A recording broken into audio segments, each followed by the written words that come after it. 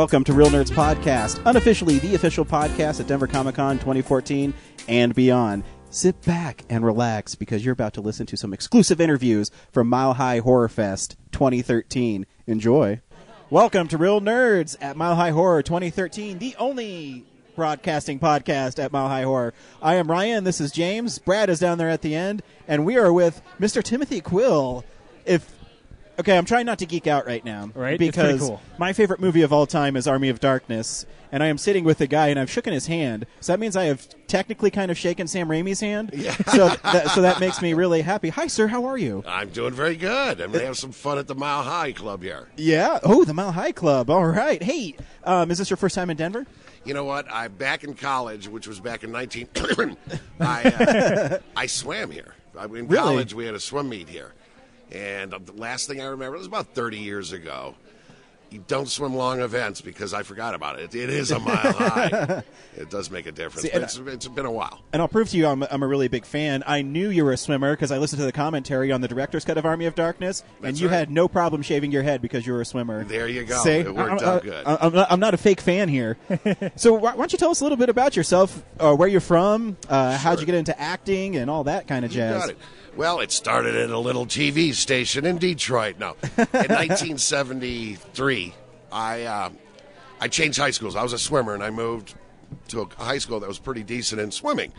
And my first 2 weeks at school, when I was a little freshman, I meet these clowns in the hall. We all had something in common. We loved the Three Stooges, and their names were, in a little town outside of Detroit, their names were Sam Raimi, Bruce Campbell, Scott Spiegel. And we started shooting Three Stooge movies when we were 9th and 10th grade folks. And we'd make films, Super 8, and the editing process. Come on, guys, if you knew what Sam came from, stretching out the tape, cut, scotch tape, cut. That's where it started. And we probably produced about 20 movies, and we would make them during the week, and on Friday night show them at the auditorium. And it was kind of neat because Sam got quite an audience. And our principal would really be befuddled. He'd look, he goes, this is kind of strange and weird, but you guys get a bigger audience than we get at graduation. I say, well, Sam Raimi brings them in. Very good. To this day, still. Very loyal. He puts us all to work. And it's a funny thing you mentioned about the bald head. I moved to California when I was 29 years old, and Sam goes, come on by, you want to get back in the business? So he calls me into the studio at Universal, and he goes, will you shave your head for $5,000? I said, Sam, I'll shave my whole body. He goes, no. It ain't that kind of movie, Timmy. So that's how I got the shaved head. So was Army of Darkness your first movie with Sam? That's when I got my SAG card. I had made many movies, Thou Shall Not Kill, a bunch of things they showed. Yeah, back in Detroit. Sam actually plays the crazy Manson character. It was a good character. But no, I did other movies, but my first SAG movie was, Army of Darkness. That's where I got my card. So what's it like working for Sam Raimi? Because every time I see him in interviews or he does commentaries, he seems like he's such a joker and he's goofy all the time. Is that how he is when he's on set, or how does he work? That's a good question. Well, he's very unique. He's what they call, in the industry, even in the industry, they call him the aw shucks guy in Hollywood, because there's really nobody like that. Mm-hmm. But they buffer him. He's creative, and they keep him away from the flagpole's going to cost too much to bring in from New York. You don't say that in front of Sam. You talk to his lawyer, his agent. No, I'm just kidding. But he's the aw shucks guy, and it's almost unreal. You have too many of these people. If you can't do it, we got 50 people in Hollywood that can do it now. You'll never eat in this town again. You won't hear those words come out of Sam's mouth. Everything is creative. Now, if he's got a problem, he'll take somebody in a trailer and give you a whipping. Mm-hmm. But no, he's just a pleasant guy. And a lot of times when he brings even Bruce into a movie, or myself, or Scott Spiegel, it's for comic relief. To give you an idea, we'll be walking around and they're serving us coffee in the morning, and our old gags from back in the day, nobody will joke because people are kind of afraid because, that's Sam Raimi. Sure. Well, I know who he is. And so, hey, is this coffee I smell? And then Sam will go, it is, and you do. And just to get people rocking a little bit. He kind of picks on us. Yeah. So Army of Darkness was not an easy shoot, from what I heard. Mm-hmm. What were some of the challenges of making that movie and making it acceptable to Universal? Because it's it's a studio movie, but it kind of goes against studios, and it changes tones a lot. I'll tell you how that happened. Sam got to run with it. It was a very, very tough shoot. I mean, I've never seen so many extras, 200 extras. They built a castle, an actual castle out in the desert north of L.A., and it was meant to be. Dino De Laurentiis was the executive producer. Sam Raimi was financed by Dino. And at the very middle of the shoot, Universal, the president of Universal at the time was Tom Pollock, who was formerly the lawyer of Dino De Laurentiis. So he knows how, they know how each other worked. And there was a little fight. I think it was over... It was some movie that they were holding up, and they were having squabbles about it. And it got to the point where Sam had to come up. We had to come up for more money. And let me tell you what, you don't go to Dino De Laurentiis and tell him you ran out of his money. He was a Boy Scout, And but they settled it. But when Sam came back to the production, and you can see where it changed the movie, I'm not going to use the F-bomb, but he said, hey, we're making a comedy now. And you can see where it happens in the movie. The little people, the poking in the eyes, the slaps in the face. There was a change in the movie where Sam says, I'm going camp. And no one's going to tell me different, because they took the money they added that they were short. I'll tell you what, they go to Dino's office, and Rob Tappert, Bruce Campbell, Sam Raimi. And Dino goes, yeah, you guys, you got the extra money. Go finish that movie. As they're walking out the door, Dino goes, I'm taking $100K from you, $100K from you, and $100K from you. Have fun, boys. Because we were wondering why they didn't come back limping, Huh. So when Sam came back, he says, I'm an investor in this movie. Now it's my movie. And so that's why Sam was able to make it more. And it came out tremendous. It did. It came out tremendous. A little birdie tells me there might be a AOD 2 coming up. Shh, I didn't say that. Crazy. So if you could elaborate on the Army of Darkness 2 for a second, where are they in Army of Darkness 2? Because I've heard that he's excited about it. Well, it's been going around. Even Bruce jokes about it, because let's face it, Sam's been gone for 10 years in my mind. I mean, not gone. We've all worked together, but Spider-Man and Oz. Bruce Campbell's been gone for 7 years. Burn Notice and everything else involved. Well, now the stories start coming up in the actual. I know they're planning on doing projects, and it has been said that Ivan and Sam are penning like an AOD 2. We'll see what happens, but I know it would be a dream of everybody. It's been tossed around for the last 5 or 6 years. They kind of make a joke of it at dinners, but now it could be serious. It could be serious. I hope they do it, because I think it would be tremendous to put the guys back together. So, did you always know, working with him that long ago, that Sam would be how big he is now? I mean, because I can look at his early films, and I still think he's more inventive than a lot of directors. And then his trajectory is amazing to how he's come. Yeah, that is a wonderful, wonderful point. Because cut to today, Sam's a director, but you know what he is? He's the camera. That's the difference between Sam and a lot of directors. He is the camera. Look at any of his movies. Those shots he came up with, Evil Dead, and even into today, some of the tremendous shots. Sam is the camera. Well, when we were kids, I noticed it, and so did everybody else. He had a talent. He's a hell of a writer. He's got an eye. His mind's eye is incredible. He was responsible for a lot of those shots we made when we were kids. Dolly shots where you throw them inside of a grocery cart and run them down the street. A week after Jimmy Hoffa got murdered, we were in that restaurant shooting a week later. FBI tape was still out front, and we were shooting all the shots of the Marcus Red Fox, which is still there under a different name. So his eye, he's quite, yes, you saw that creativity. You saw that, and he was a heck of an actor. He's a heck of a physical comedian. I mean, too bad he's such a good writer and director. Darn. He decided to go the smart side of the camera. But, no, Sam, that talent was obvious. I mean, even he was at Michigan State, and he dropped out his sophomore year because, let's face it, he knew more than his profs did. They were waiting in line to see his movies. Come on, I got to get out of here. And so, did you notice a difference in, maybe this is a weird question, but in Sam from Army of Darkness to Spider-Man? Because you're in Spider-Man as well. Yes. And, you're talking about a production that's 10 times as much as Army of Darkness. $200 million production. Yeah. Got a story on that. my first day I walked on the set, Sam always brings us in a day early before we do our part, just to say hi and and talk about old time, whatever the case is. Because when we're shooting, you might not be able to communicate much with him, understandably so. He's in front of a 3D monitor. He's in front of a monitor. He's looking through cameras and everything that you're just not going to have time. So he always brings us in a day early. I happened to be brought in the day that Randy Macho Man Savage, he was the wrestler, Chainsaw, God rest his soul. And he just couldn't get it down. He was using a crowbar to swing at Tobey Maguire. And for being a fake, the wrestler, he just couldn't get it down. And Sam was not getting frustrated, but Sam turns over to me and goes, "Does this look familiar?" And I go, "Sam, these are the same gags we used when we were kids." He goes, "Yep, same gags, different budget, Timmy." That's a great scene. No, I wouldn't dare say that, but he can say whatever he wants. Yeah, exactly. So in the Spider-Man, though, you are in the pivotal wrestling scene, correct? Yeah, if he would have listened to me, Uncle Ben would still be alive. Well, Bruce and I make a joke because we were both there for just a couple of days.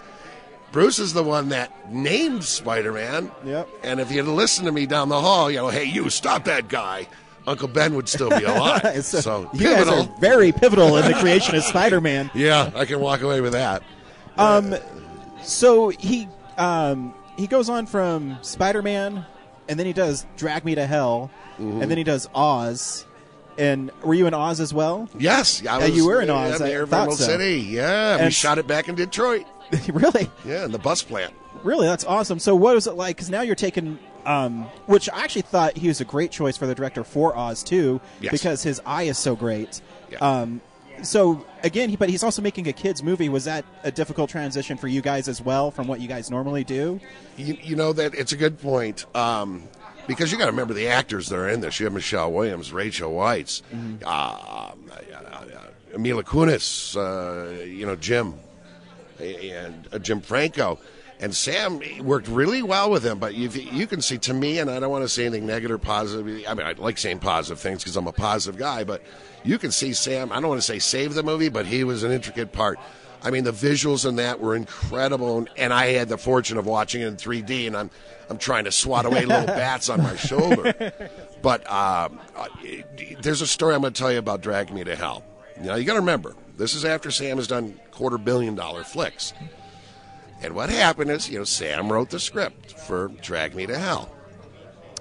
And I'm not going to talk about money, but the budget of Drag Me to Hell, you'd be lucky to get Sam to come into a tent for that kind of money. But he's very democratic at Ghost House. They bring in everybody who has an equal say. Rob Tappert, your film people, the promoters, casting agents. He lets them make a lot of their own decisions. Well, they were trying to pull an Evil Dead, where they bring in new people, a new director, someone to groom, a new crew. So the producers saw this Drag Me to Hell could do something because it's their movie. It was Ghost House movie, $22 million budget. How can we get Sam to direct this? Well, you can't, okay? Well, Sam wrote it. So the day they're doing it, all the promoters I know got together, and so what they're doing, they go, "Sam, here it is," and they start Xing out pages. And Sam's going, "What the hell are you doing to my story?" They go, "Sam, only you could direct this kind of stuff." So Sam's pacing back and forth going, "All right, I'll direct it." Then cut to, you see all the producers out in the parking lot high-fiving each other, going out and have cocktails at lunch. "We did it!" That's how he did Drag Me to Hell. But what's great about Drag Me to Hell, though, is I think you can see his excitement again behind the camera. I'm actually a huge defender of Spider-Man 3. I think Spider-Man 3 is actually a really good movie. But you could see towards the end, maybe he's getting a little bored with it. But in Drag Me to Hell, it comes roaring back in his film. And, back to Oz, he brought his horror sensibilities into Oz, too. He sure did. I mean, when Mila Kunis turns into the Wicked Witch is horrifying. It is. And only someone like Sam Raimi can make it horrifying and funny and suspenseful, and it's so great to see him do that stuff. I agree. So now I'm going to talk about Bruce Campbell. Yay. We also mentioned Bruce that you've known for many years. Your buddy came back to L.A. just last couple of weeks. Very cool. So did you meet all those guys together, or do you have a separate story how you met Bruce and Sam? I met them in the hallway through Scott Spiegel. Scott Spiegel, Hostile movies, and he wrote Evil Dead 2, and he's Intruder is great. Yeah, Intruder, great, and he's going to direct the next 2 movies. I'm going to be doing these zombie movies.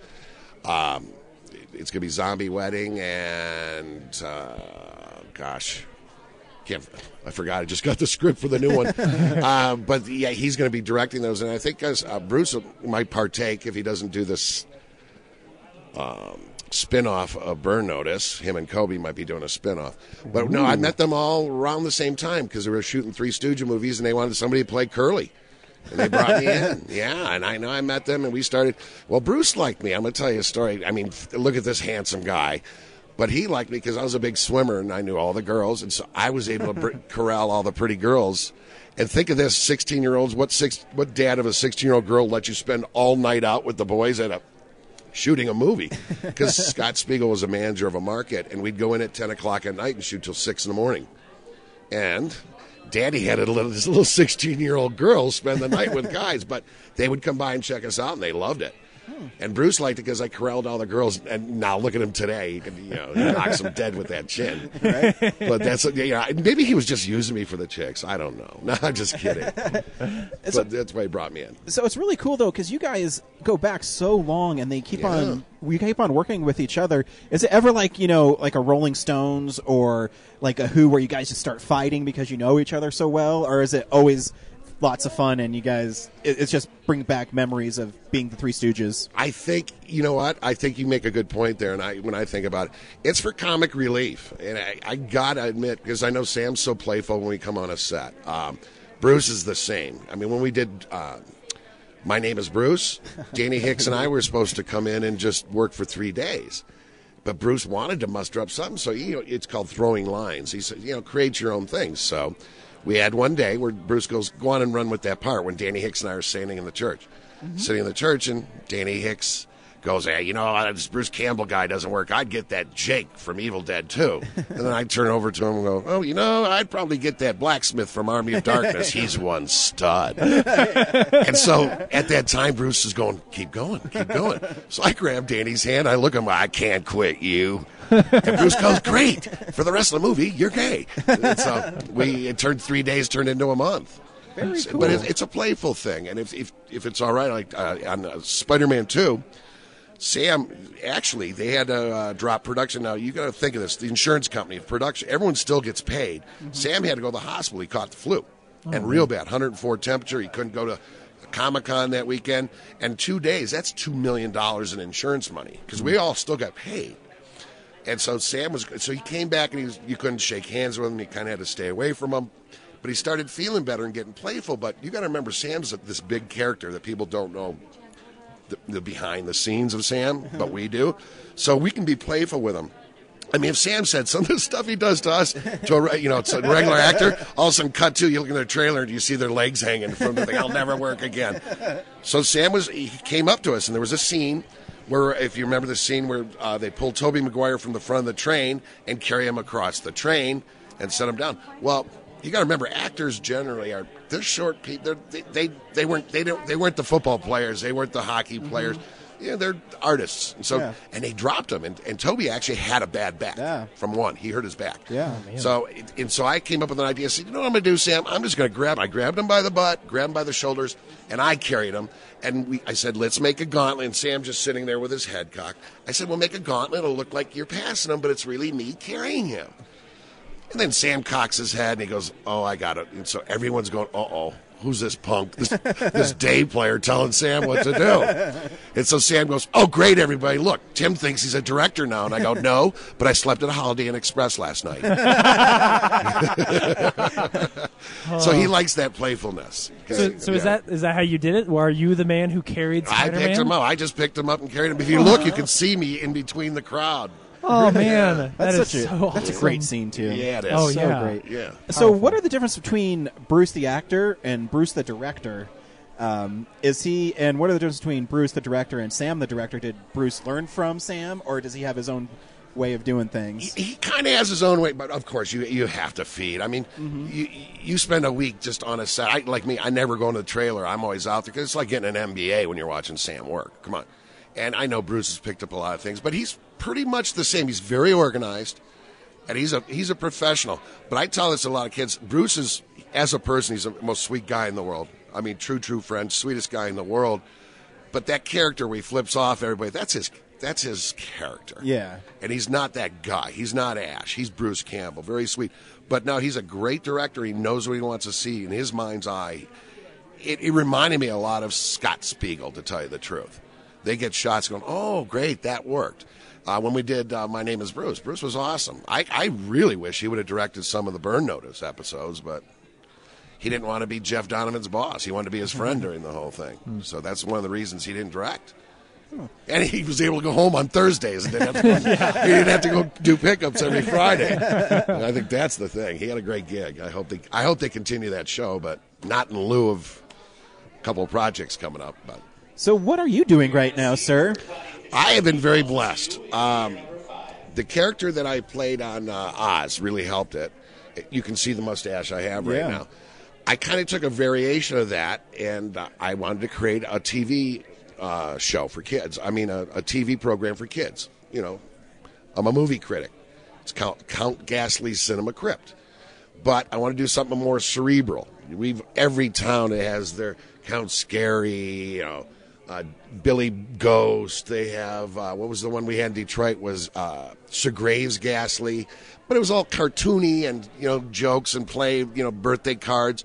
I want to do something more cerebral. So what I'm going to do is during my breaks, I want to interview people like Sam Raimi, Bruce Campbell, because I have access to those guys. And the budget I have. The idea of the movie is the movie sucked and the jokes are worse. Okay, but show movies, and I want to share cinema secrets. Show kids how to actually do the Greg Nicotero makeup, where the arm gets cut off, the Carol syrup flies out, claymation stop action. I want something a little more cerebral for the film kids. And so in that way, I'll get the high schoolers that are into film, because there's so much talent. And the equipment the kids have today, I mean, my God, you have Final Cut, you got editing, sound mixing, and the cameras, half of them are walking around with a camera that they shot House with that single lens digital camera, and people don't realize, and half these kids own one. Mm-hmm. So I kind of want to do that, and that's what I'm working on right now, and I'm going to give you guys a tape to watch on my, because I have the pilot, the teaser. And it's a great show, and it's a good character because he comes off nasty, but we know he's a goofball, in and out of character. Sort of like Bruce Campbell. Cool. Yeah, he's a little schizo up there. And that's what I'm working on. But based on that character, I've been going to a lot of these film festivals. I show it, and I'm having some luck. You know, a small market in St. Louis might pick it up. I went in Montana, Central Florida, so I'm slowly going across the country. Yeah, you never know. Maybe I'll introduce it here. I'm going to try before I leave town. But this character, I've had guys, because look who's at these things. Filmmakers. Yeah. Guys are making films. Go find some jobs. Well, they watch us. They go, I don't know about your TV show, but, dude, we like that character. And I've been getting basically a job every show I've gone to. Last one I went to in Florida, Tony Moran was there. You know, the original Halloween, which was the inspiration for Sam to do Evil Dead. And he was, Michael Myers? He goes, we got to work together. So I said, who are you working with? And me, I promote myself. I called the producer saying, you got to put me and Tony Moran in a buddy movie. And boom, I'm going to Boston next week. We're shooting it. Wow. It's going to be called Dead Bounty. Of course, I'm getting too old for this yet. You know, that stuff. But I came up with a better line. And the writer goes, rewrite. Yeah, I go, you know what? Everyone's going to be expecting that line. We're going to run into a corner, and I'm going to be vomiting and sweating, and I'm going to look at him going, dude, you're getting too old for this crap. That's good. We'll get it in there somewhere. Awesome. So, yeah, I've been very blessed. I've gotten 4 jobs. Zombie Wedding coming up. Scott Spiegel's doing a couple of them that I'm going to have a shot at playing some characters. I guess the old curmudgeon thing's coming back. I don't know. Yeah. So is there anything else you like to do besides acting? Do you like to... I like teaching. Teaching? Really? I teach and I coach swimming and water polo when I can. Because as an actor, especially my age, I'm not running into town doing auditions for Glee and Community. You know, that's a younger guy's game. I pretty much know when I'm working. I don't have very much downtime. Like when I go home Tuesday, I have a class I'm doing until I leave for Boston. I teach. I'm a long-term sub in Garden Grove, California. So like if somebody's on maternity leave, I take their class for the 2 months. So I love teaching. I love kids. Very cool. Hey, yeah, we got the next generations. They're smart. They're smart. We just got to keep them going in the right direction. Keep them motivated. Very cool. Yeah. Is there a place we can find you online, or we can tweet you, or like you? Yes. I'll have the real thing set up for Count Ghastly because we're doing about all the legal work, but it'll be under Count Ghastly, cinemacrypt.com. and we'll have a whole web page and the whole 9 yards. We're just doing all the legal stuff right now. Gotcha. Yeah. But I'm going to leave you guys a tape. I'm going to leave you. I have my teaser. I'm going to leave you guys, and you'll see Very what cool. the show's about. Awesome. Very cool. It's very and entertaining. We'll write it up on our website. That's right to say website. Sweet, and sweet. Yeah. if we can pull steals or something from it too. You and- do whatever you want. Promote it, Hey. baby. Promote it. Sweet. Timothy, cool. Thank you That's so it. much. Stay for, busy and promote. That's what it is, Right right? on. Thank you so much for stopping by. Yeah, I'm that was like, awesome. My pleasure. I'm like, my fanboy is all giddy I know, inside. right? I just sat here for 25 minutes just grinning the whole time. I know, There it's you so go. cool. Oh, we got some stories. But anyways, you guys, thank you, and good luck Thank with you. everything. Hey, thank you, Real sir. nerds, I We love really the name. appreciate it. Hey, You got thank it. you. We're shaking hands right We now are. as we talk. Oh, right on. I love it. All right, Thank you. you bet. Big shout out to Alamo Draft House for hosting such a wonderful party. Until next year, bye.